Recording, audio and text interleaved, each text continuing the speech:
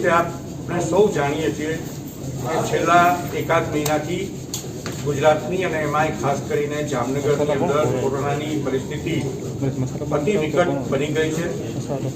વ્યવસ્થા તંત્ર પોતાનું કામ રાત દિવસ કરે છે, પણ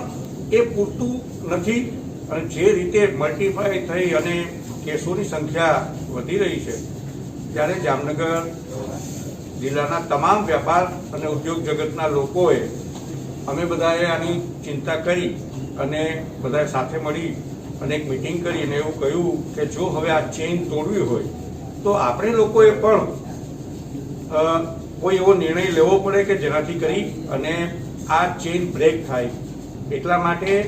જામનગર શહેર જિલ્લાના તમામ વ્યાપાર ઉદ્યોગ જગતના સૌ અગ્રણીઓએ ભેગા થઈને એક સામૂહિક નિર્ણય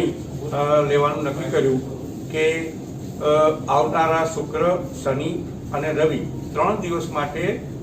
જામનગરમાં સ્વૈચ્છિક બંધ રાખવું। હાલાકી આ બંધના નિર્ણયમાં અમે પણ જાણીએ છીએ કે વેપારીઓ અને ઉદ્યોગકારોને આર્થિક નુકસાન જવાનું, પણ બધાએ સ્વેચ્છાએ કીધું કે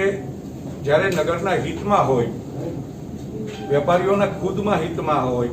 શ્રમિકોના હિતમાં હોય અને નગરજનોના હિતમાં હોય, ત્યારે આર્થિક નુકસાન વેઠીને પણ વેપારી અને ઉદ્યોગ જગતના તમામ જામનગરના એસોસિએશનોએ ભેગા મળી અને આ નિર્ણય કર્યો છે।